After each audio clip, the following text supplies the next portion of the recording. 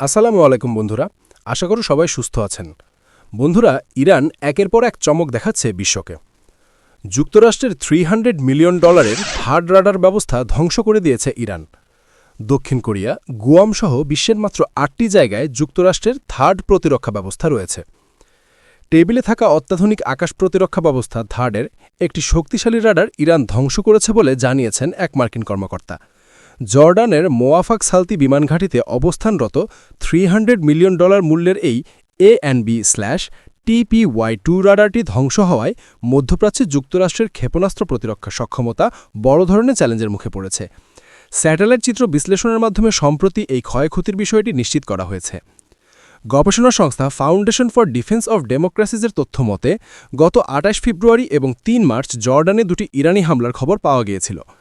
প্রাথমিকভাবে সেগুলো প্রতিহত করার দাবি করা হলেও পরবর্তী সময়ে বাণিজ্যিক স্যাটেলাইট চিত্রে রাডার ও এর সহযোগী সরঞ্জামগুলো ধ্বংস হওয়ার প্রমাণ পাওয়া যায়। সামরিক বিশ্লেষকদের মতে থার্ড রাডারের উপর এই সফল আঘাত ইরানের অন্যতম বড় সামরিক সাফল্য হিসেবে বিবেচিত হচ্ছে। যুক্তরাষ্ট্রের এই terminal high altitude area defence বা থার্ড ব্যবস্থাটি মূলত বায়ুমণ্ডলের কিনারে থাকা ব্যালিস্টিক ক্ষেপণাস্ত্র ধ্বংস করতে সক্ষম।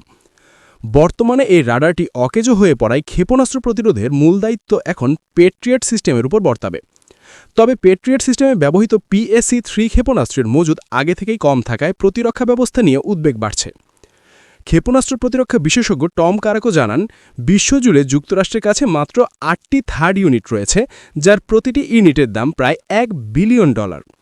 এর মধ্যে শুধুমাত্র রাডারটির দামই $300 মিলিয়ন। তিনি উল্লেখ করেন ২০১২ সালের পরিকল্পনা অনুযায়ী অন্তত ৯টি ইউনিটের প্রয়োজন থাকলেও বর্তমানে লক্ষ্যমাত্রার চেয়ে কম ইউনিট রয়েছে এবং এই মুহূর্তে কোনো অতিরিক্ত রাডার হাতে নেই।